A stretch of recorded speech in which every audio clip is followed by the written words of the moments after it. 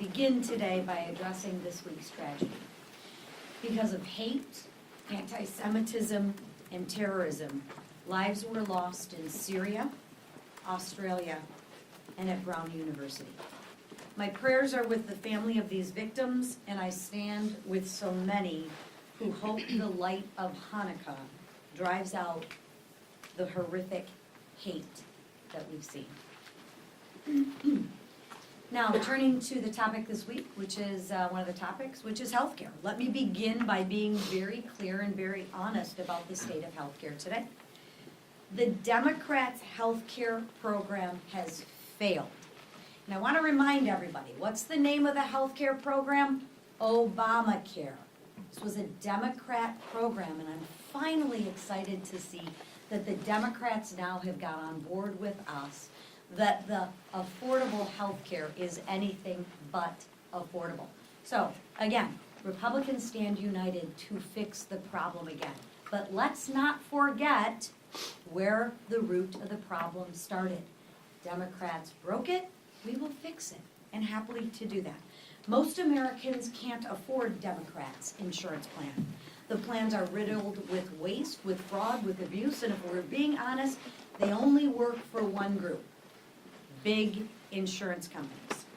Democrats' health care plan doesn't work, it's never worked. So Republicans are pursuing options that do things a little bit differently. First, we're working to fundamentally lower costs through reforms like cost-sharing reductions. You'll see a common theme: lowering costs versus subsidies. We want to lower premiums for all Americans. Second, we're proposing options that actually expand access to all Americans. When Democrats passed their disastrous health care law in 2010, they promised that if you like your plan, you can keep it. They promised choice. They promised you low costs. Not a single one of those promises were true. Not one. In fact, healthcare premiums have risen over 60% since the implementation of the Affordable Care Act. And I ask you this: profitability from the insurance companies are 600% greater since Obamacare. Has your income increased 600%? Ask yourself that. I know mine hasn't. Here's the difference. Republicans are fighting for a solution. Democrats actually want this issue. They want health care to be an issue. Republicans actually want solutions for Americans to bring down premiums, not subsidies. That's why Democrats are refusing to rally around real reforms. Instead, they're embracing the very broken system of which they created. But this has been true all year. Democrats have pushed political issues while Republicans have actually delivered solutions. No one's talking about the border today, right? Why is it? It's because we fixed it. The border's closed. People are safe. But you don't hear anyone talking about that because Republicans fixed it. Republicans delivered bigger paychecks by eliminating taxes on tips, taxes on overtime, taxes on Social Security. Republicans delivered lower gas prices by cutting regulation and expanding permitting reform. Time and time again, Republicans delivered results for the American people. Real results. And we're just getting started. When we return in the new year, we're going to see a continued focus and push for lower costs and bigger paychecks, because that's what the American people need from us. That's what they want from us. Now, with that, I'm going to turn it over to Representative Miller-Meeks, who is a veteran and a doctor who's actually been the leading voice here in the Republican healthcare solution. Marionette? Well, I thank Chairwoman McClain, but also Speaker Johnson, Leader Scalise, Whip Emmer. It's an honor to stand with the House Republican leadership to talk about one of the biggest issues facing American families today, and that's the rising cost of health care. As Chairwoman McClain said, I'm an Army veteran. I was both a nurse and a physician, and I'm the only member of Congress to have served as the State Director of the Public Health Department. Not only is this issue important to me, I started my journey as a doctor because I was burned at 15 years old. So it was healthcare and the need for healthcare that drove what I do today. And I spent my career treating patients and fixing broken systems, solving problems, and I can tell you, thanks to the Democrats' failed policies, which they now admit, our healthcare system went from ill to the ICU. For 15 years, the Unaffordable Care Act, also known as Obamacare, has done the opposite of what it promised. President Obama promised to lower premiums by $2,500 and to bend the cost curve down. Has that happened? No. Not in the past 15 years, and it won't happen if we just continue to pass subsidies on to profitable health insurance companies. It doesn't even include out-of-pocket cost. It's not sustainable, and it's not working. Republicans want to lower health care costs for everyone, not just a select few, and not just to continue to subsidize profitable insurance companies. Our plan, the Lower Health Care Premiums for All Americans Act, is the Republican solution to this crisis. It doesn't throw more taxpayer dollars at insurance companies. It puts patients and doctors in the driver's seat.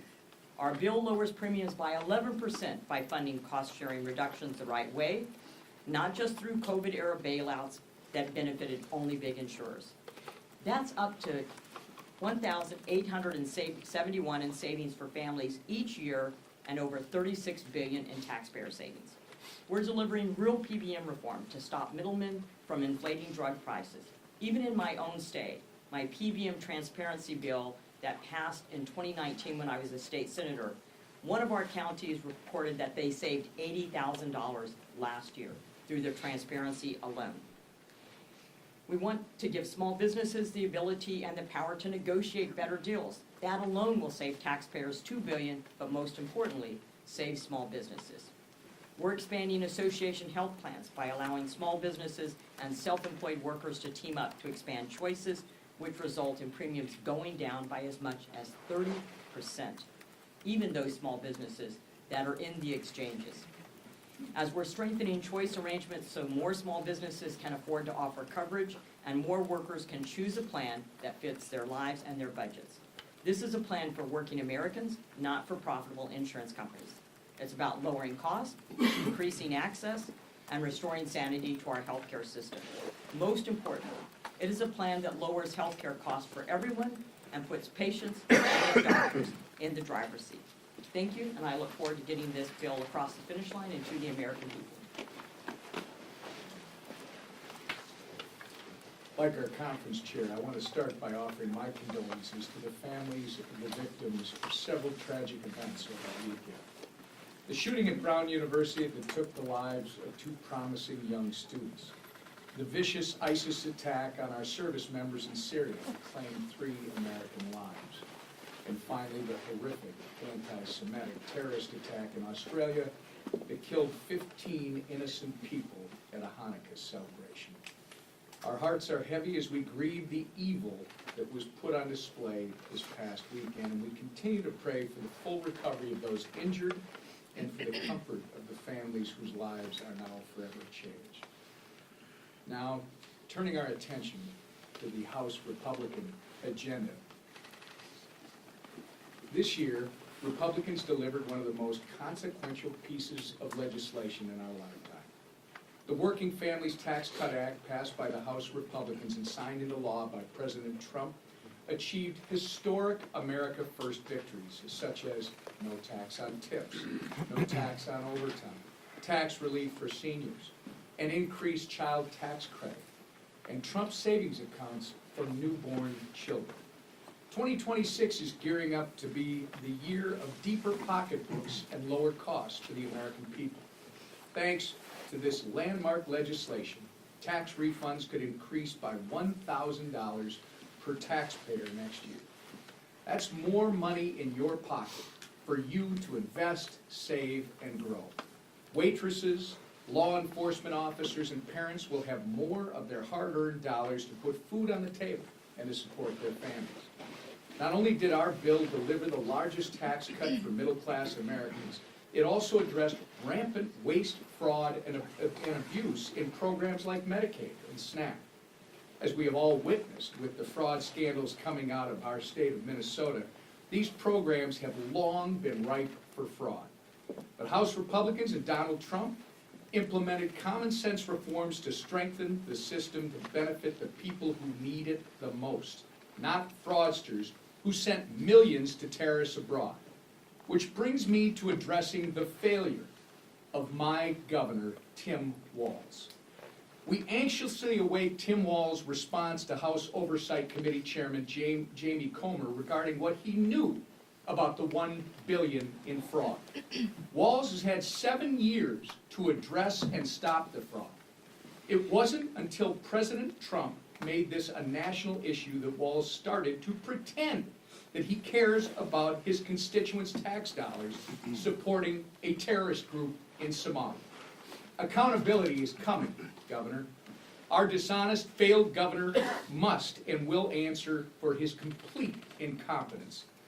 With that, I'll turn it over to our leader, Steve Scalise. Thank you, Wes. My prayers go out to all those killed in so many different horrible tragedies. I mean, here in America, Brown University, you look at our two Army soldiers that were killed, the anti-Semitic attacks on the other side of the globe. Just remind you, during this Christmas season, this Hanukkah season, it's a special time. It's a time we celebrate, but it's also a time where evil still lurks here and all around the globe. And we just pray for those who have been murdered, harmed, injured. We pray for those who have evil in their hearts, that God can touch them and hopefully remove that evil so that they don't go harm innocent people. This week here in the House, as we finish our work for the year, we're taking up some very important bills. And start with the SPEED Act. We've heard complaints from members all across the country that know that just trying to build things in America, road projects, bridges, pipelines to move energy, anything you're trying to do, more and more laws are getting in the way. NEPA is a heavily abused law that delays a lot of the projects that ought to be built. Bruce Westerman and his committee have done incredible work to bring a bipartisan bill that starts to address the abuses here in NEPA so that we can actually build things in America again. You know, you think about the cost savings that would come if it only takes 2 years instead of 10 years to build a major project. And we all know what's happening all across America, why so many projects are shelved in many cases, or take so long to be built because of the abuses of some of these laws, like NEPA, Endangered Species Act, the Clean Water Act, Clean Air Act. All of these laws are being heavily abused, so this is a really important first step, getting the SPEED Act passed to get real meaningful permitting reform. And then, of course, Dr. Miller-Meeks talked about her bill, which is such an important step to lower costs in healthcare for all Americans, 100% of Americans. While Democrats only care about bailing out insurance companies and focusing on less than 10% of Americans that are in the Unaffordable Care Act, we're focused on lowering premiums for all Americans. And that's what you're going to see on the floor this week. You know, you think about association health plans, which have been proven to give people more options to lower costs. The Choice Act, which, you know, while everybody complains, they say, why would I watch TV commercials? I see this gecko lizard, and I see the emu, and I see all these other animals out there selling health, they're selling car insurance, they're selling homeowners insurance. Why aren't they selling health insurance? Well, that's because the laws at the federal level prohibit the ability for people to have choices to get people trying to offer them lower cost products for health insurance. Imagine if, for example, with Choice Act, where you can run through a health savings account, the ability where if you get your health insurance through your employer, if you're able to go find a better plan, if somebody could compete for your business and offer you a lower deductible plan with lower co-payments for your families, right now you can't go buy that product. We create those options with the bill that we're bringing to the floor tomorrow, the PBM reform. that Dr. Miller-Meeks talked about, where you can actually have lower prescription drug costs, again, for 100% of Americans. This is something that our 3 committees of jurisdiction have been working on for a long time.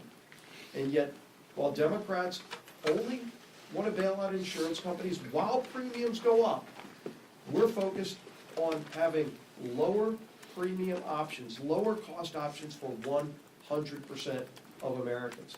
So another busy week where we're going to be focusing on helping families that are struggling under the weight of all the damage that President Biden did. President Trump is working to lower costs. President Trump wants to see these bills on his desk. And we're going to work to deliver here in the House. And if I don't see you between now and then, I wish you all a Merry Christmas, Happy Hanukkah, and Happy Holidays. Speaker of the House.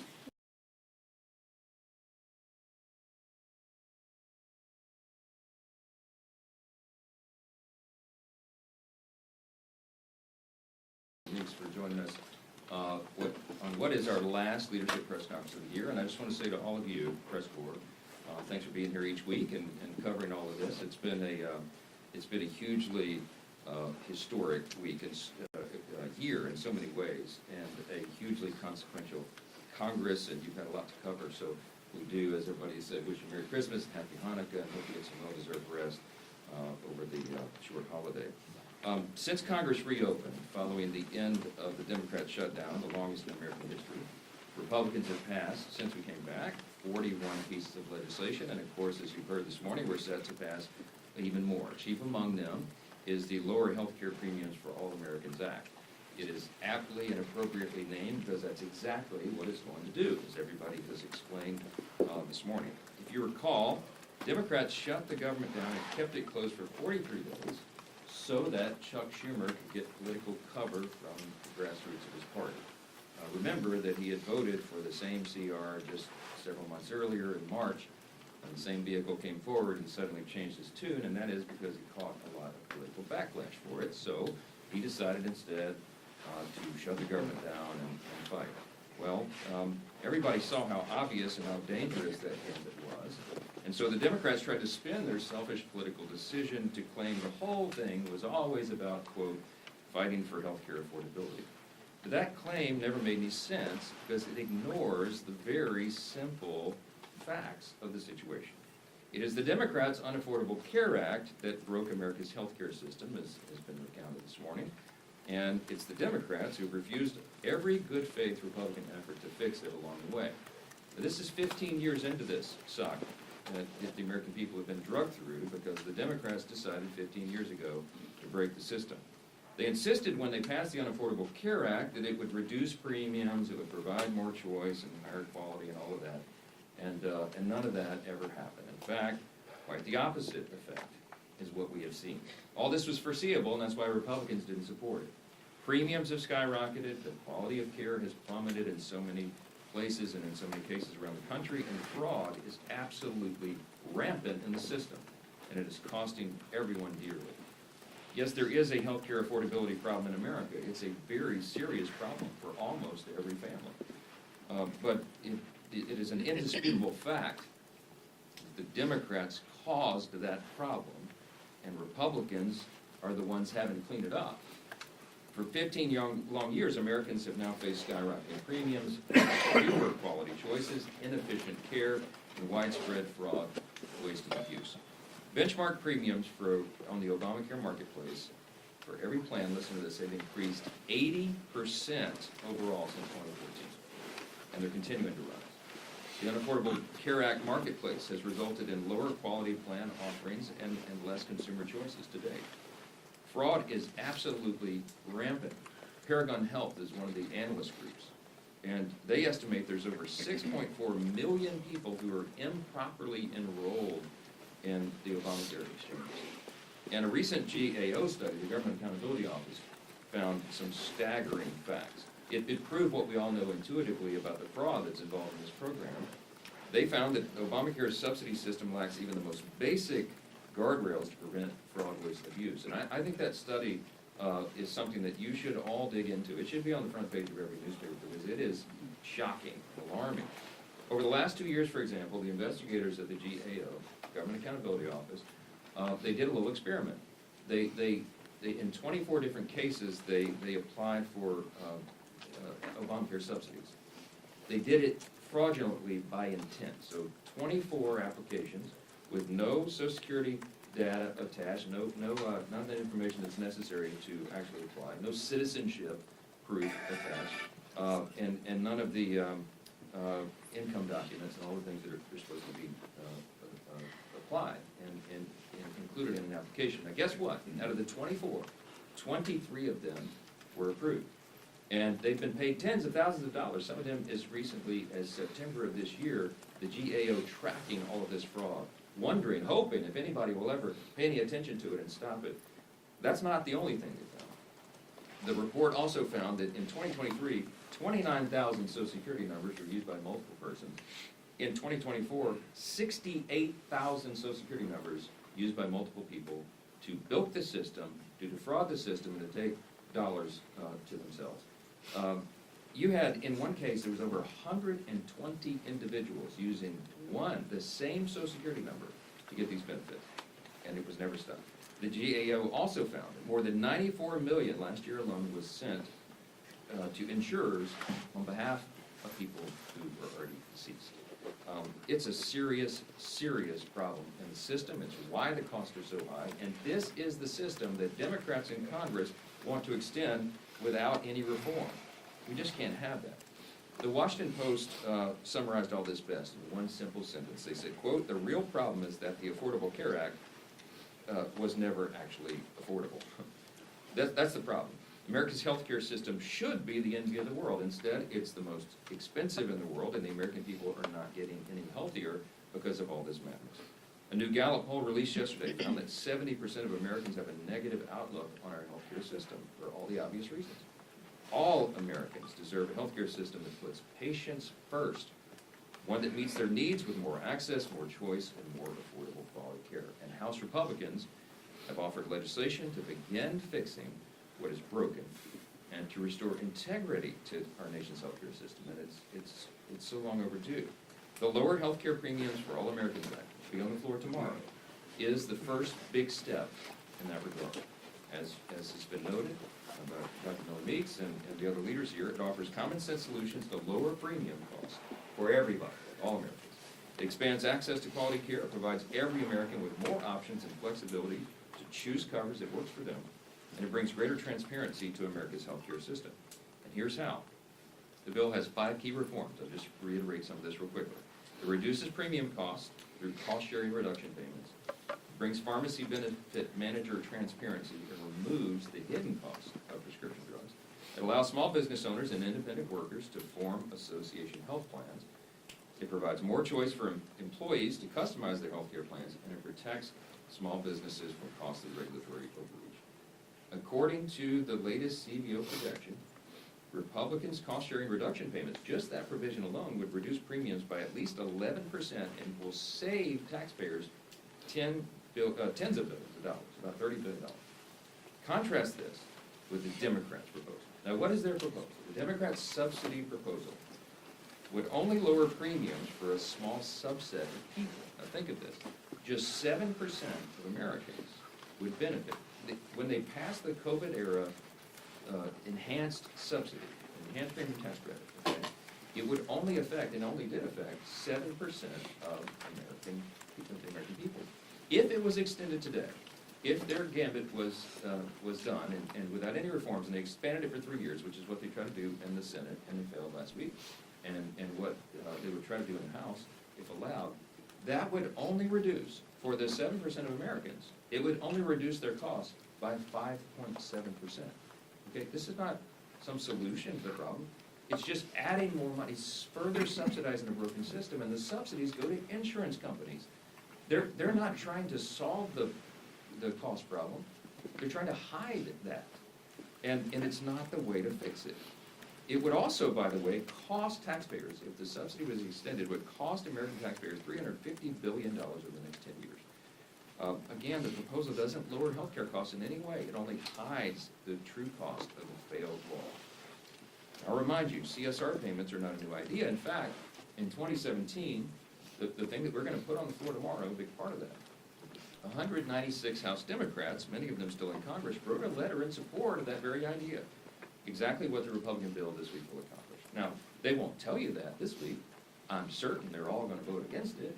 Why? As was said here many times this morning, they do not want a solution. Democrats do not want a solution. They want an issue in the upcoming election. And they think that the media will go along with this and that people will buy it. That, oh, their heroic effort to extend this COVID-era subsidy that they themselves created and that they themselves put the expiration date on at the end of this year, they're going to try to convince you that that's all health care wrapped into that. Remember, it only affects 7% of Americans. It would only reduce their cost by less than 6%. Democrats also had a chance to support our provision in the working families tax cut. The House Democrats voted against it, and the Senate Democrats stripped it out. That cost-sharing reduction reduced everybody's premiums by almost 12%. And the Democrats fought to take it out. This is something that we're going to do this week. The Lower Health Care Premiums for All Americans Act. It's going to accomplish exactly what the title says. If it becomes law, premiums will decrease, access will increase, and every American will have more options and flexibility to choose the coverage that works best for them. It's called the free market, and we're the ones that advance those ideas. More options, lower costs. That's what the American people demand and deserve, and it is only the Republican Party that is presenting any ideas to do that. The Democrats want to keep subsidizing the broken system. We're fighting for that, and we will. I'll just close with this. In 2025, as I said, was a marquee, a landmark year. I want to remind you all there's something noticeably absent from our end-of-year duties here. Normally, or at least in the past before I became speaker, we would all be here with so much angst and drama and everything about the dreaded end-of-year Christmas omnibus spending package.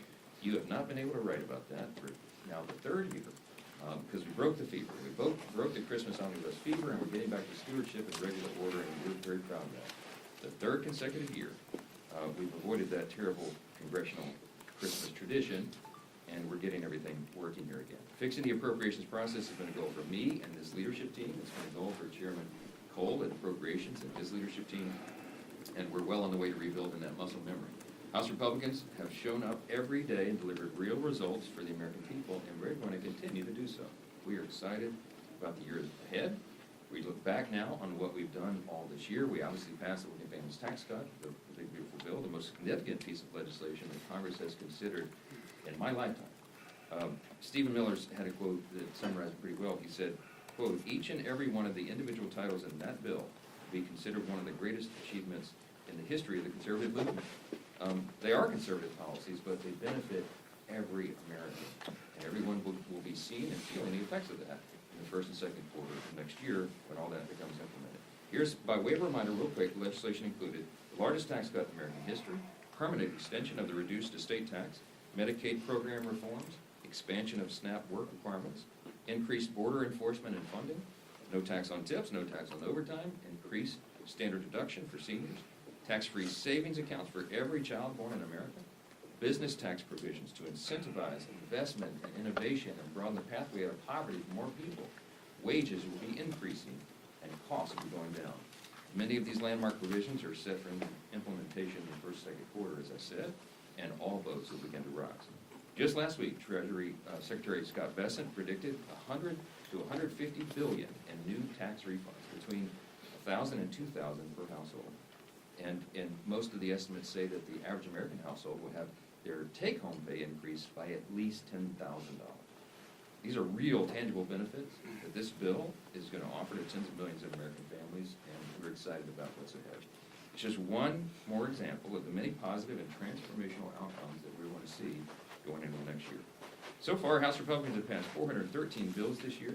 We've codified 68 of President Trump's America First executive orders. We've repealed 23 Biden-era maddening regulations under the Congressional Review Act resolutions. We clawed back billions in wasteful spending through rescissions and opened numerous investigations into President Biden's failed administration. And we look forward to continuing all of that work when we return in 2026 and we go into an epic midterm election cycle. With that, I'll take a few questions. Mr. Speaker. I'll go to Bill Maloof. What you doing on the front row now? Thank you, Mr. Speaker. Ahead of Jack Smith's deposition tomorrow, there's a new report out this morning that DOJ is getting ready to hand over Congress a batch of emails, specifically to the House Judiciary Committee. And in those emails, they allege it says that the FBI warned the Biden DOJ that there wasn't probable cause to raid Mar-a-Lago. Are you aware of this? Are you expecting to get these emails later today? What's your response? I've heard as much as you just reported there, and I have not had an opportunity to review any of that yet, but it would verify and I think affirm much of what we understood from the very beginning. As you all know, I used to serve on the House Judiciary Committee before I was made Speaker in October of '23, and we spent a lot of time uncovering just the complete and total weaponization of the Department of Justice under the Biden administration. They used it to go after political enemies, and chief among them was, of course, Donald J. Trump. And they abused the system, and to me, the great harm of it all was that they really eroded the people's faith in our system of justice itself. I mean, that's the most dangerous thing. If people don't believe that our justice system is actually equal justice under the law, that Lady Justice is actually still wearing the blindfold, that everybody gets the same treatment under the law, it's a really serious challenge for a constitutional republic. And so this is some shocking revelations to a lot of people. It's not to us. We knew, we understood that this was happening the whole time. The evidence, I think, and I expect will verify all of that. And there's going to have to be appropriate accountability. I mean, accountability is key here. It's important. Because if you're going to restore the people's faith in the justice system, you have to show them that there are serious consequences for people like Jack Smith, who abuses that system. We have to ensure it doesn't happen again, and we'll see how all that unfolds. But it's going to be a very, very interesting, important.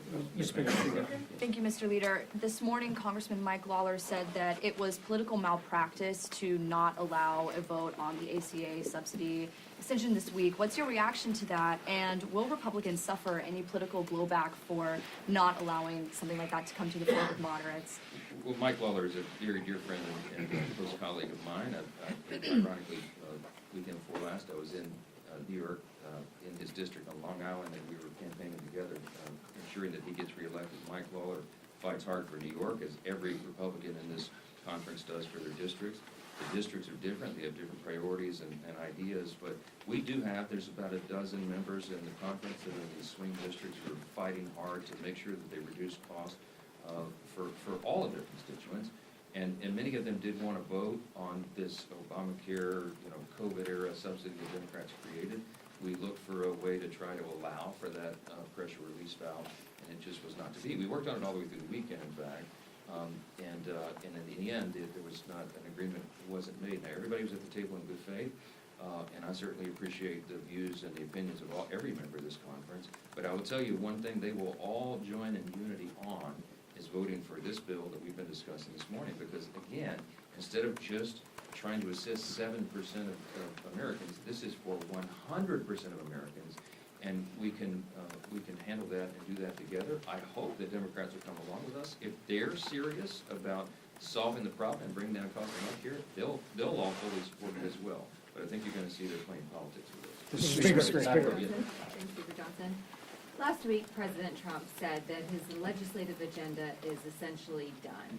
So why should voters vote for Republicans in the midterms if there is nothing left to do legislatively? Well, I don't know which comment you're referring to and in what context, but I'll tell you, I've talked to the President sometimes multiple times each day.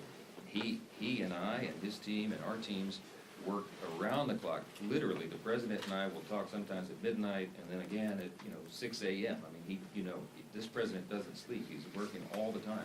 The agenda is aggressive. There is much more to do.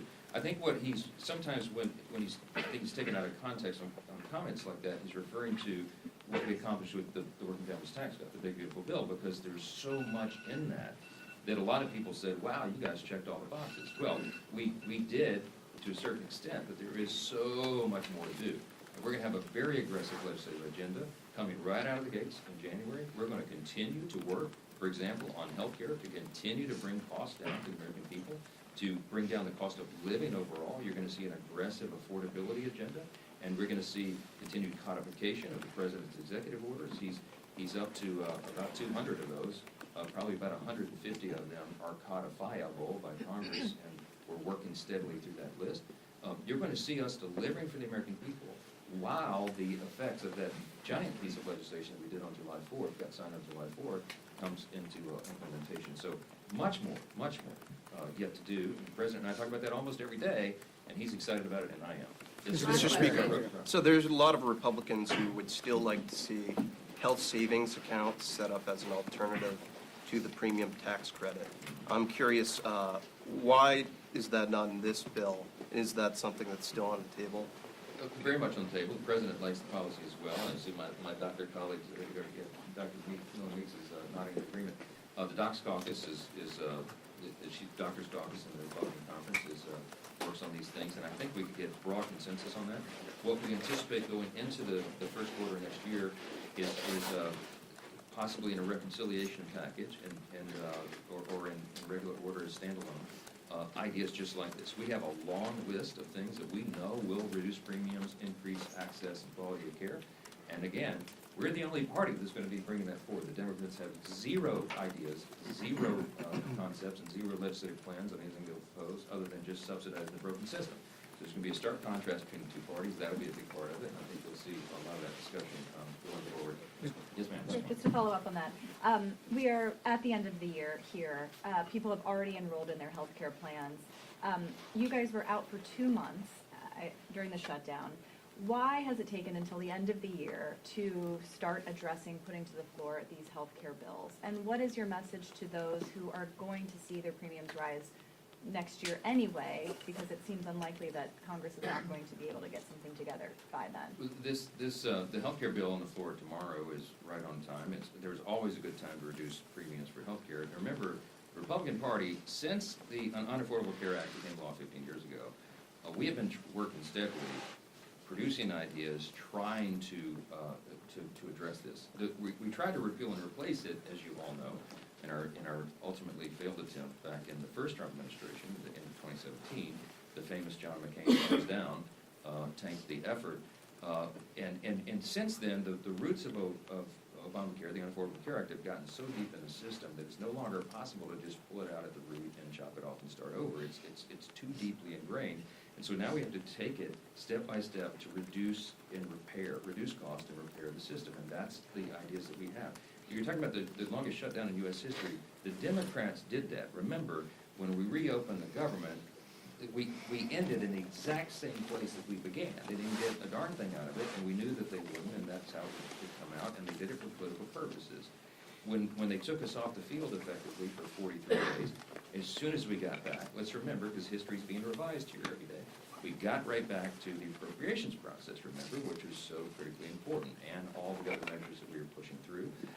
We got done on that steadily through the year, and then we turned the attention to healthcare, knowing it was coming at the end of the year on the subsidy, and that new ideas would be presented. We didn't start this in October, November, or December. This is something the Republican Party's been working on for years.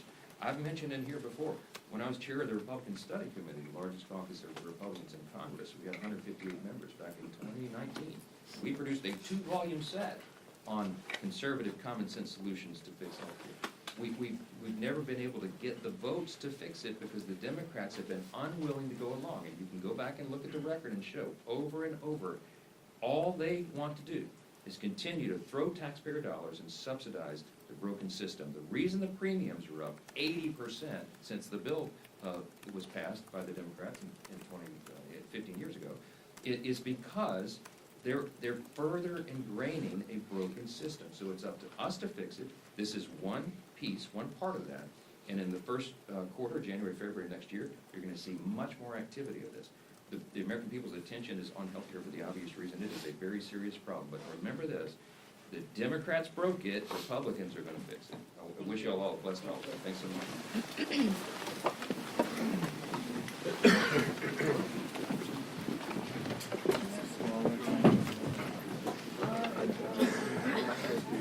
Got all that?